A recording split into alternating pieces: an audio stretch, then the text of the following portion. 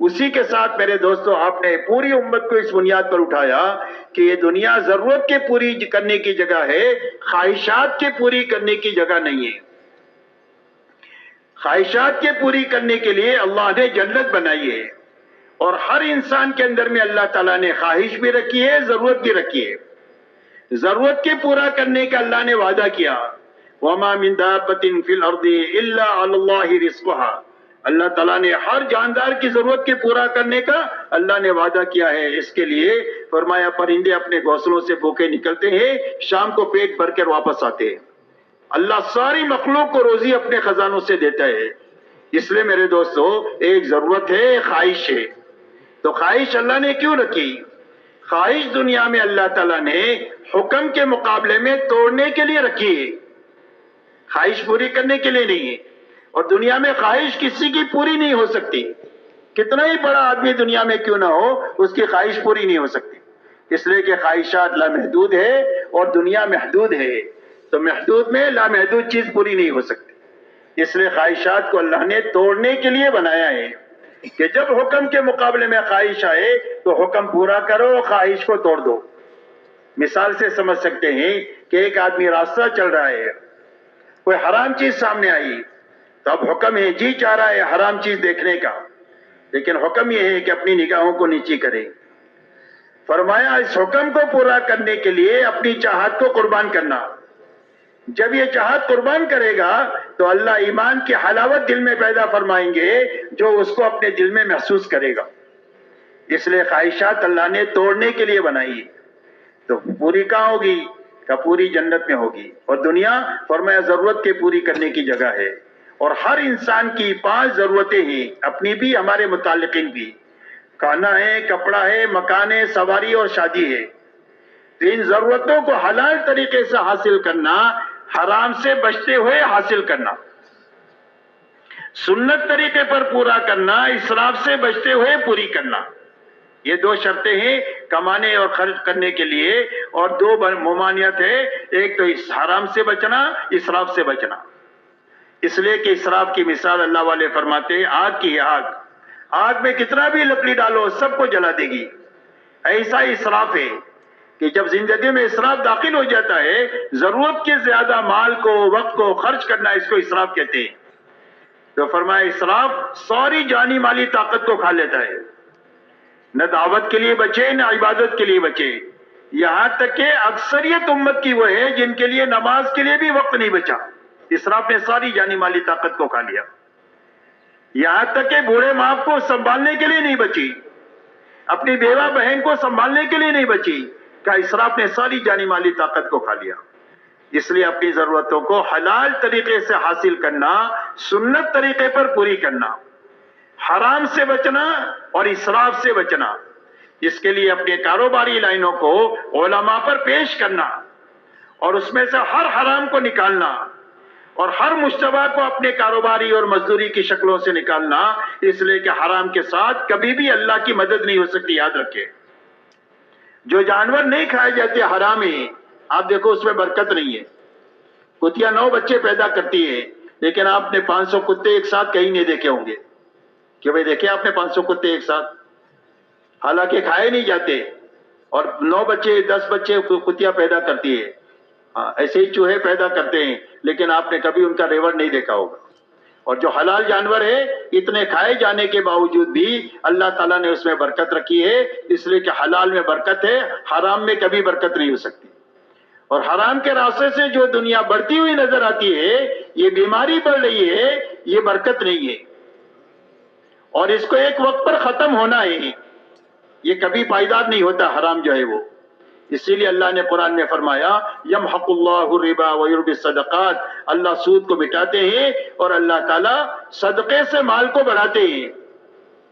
صدقہ کریں گے تو مال بڑھے گا، اور سود سے مال مٹے گا، اس کا انجام مٹنا ہے، چاہے فرد کرے، چاہے جماعت کرے، چاہے کوئی علاقہ کرے، اس کا انجام مٹنا ہے، وہ کبھی بھی آبادی اس میں نہیں آ سکتی۔ اس لیے میرے دوستو حرام سے بچنا، حلال طریقے سے اپنی ضرورتوں کو حاصل کرنا، سنت طریقے پر پوری کرنا، اور اسراف سے اپنے آپ کو بچانا۔ اسی کے ساتھ اللہ نے خواہشات کی پوری کرنے کے لیے اللہ نے جنت بنائی ہے ایمان والوں کے لیے۔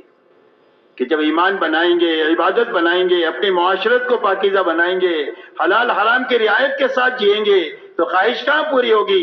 فرمایا خواہش جنت میں پوری ہوگی. اسی لیے فرمایا وَلَكُمْ فِيهَا مَا تَشْتَهِي أَنفُسُكُمْ وَلَكُمْ فِيهَا مَا تَدَّعُونَ. تمہارے لیے جنت میں وہ ہے جو تمہارا جی چاہے. آدمی کی جی کی کیا چاہت؟ کچھ بھی چاہ سکتا ہے. تو جو چاہے گا وہ ضرورت پوری ہوگی، اور جو مانگے گا وہ مانگتے ہی ضرورت اس کی پوری ہو جائے گی.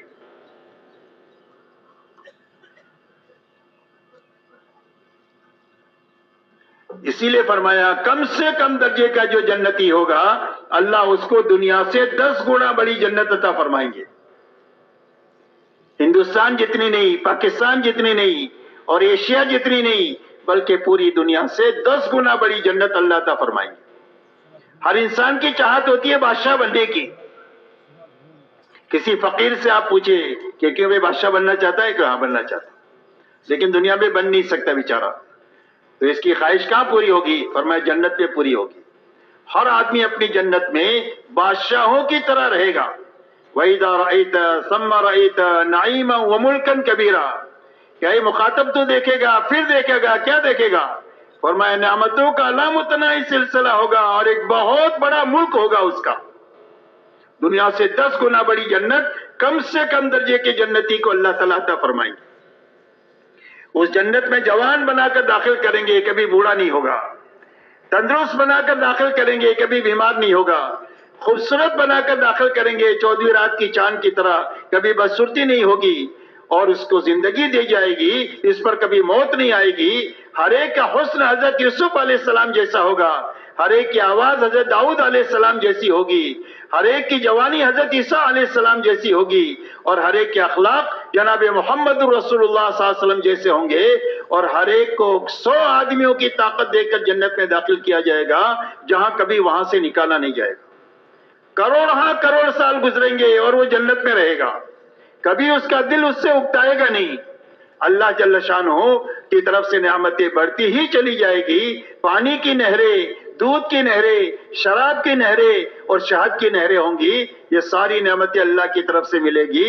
اور کم سے کم درجے کے جنتی کے 80,000 غلام ہوں گے جو ہمیشہ لڑکے ہی رہیں گے اور جو اس کی خدمت میں آگے پیچھے دوڑتے رہیں گے.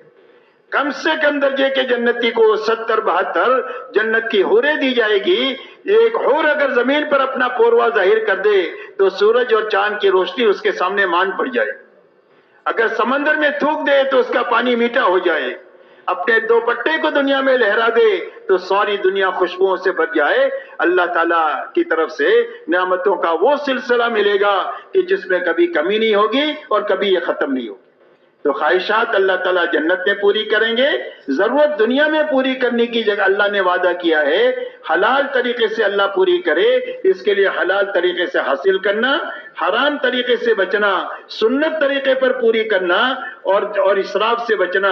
جب سنت طریقے پر پوری کریں گے، حلال طریقے سے کریں گے تو ہماری عبادت تو عبادت بنے گی، ہمارا کمانا بھی عبادت بنے گا.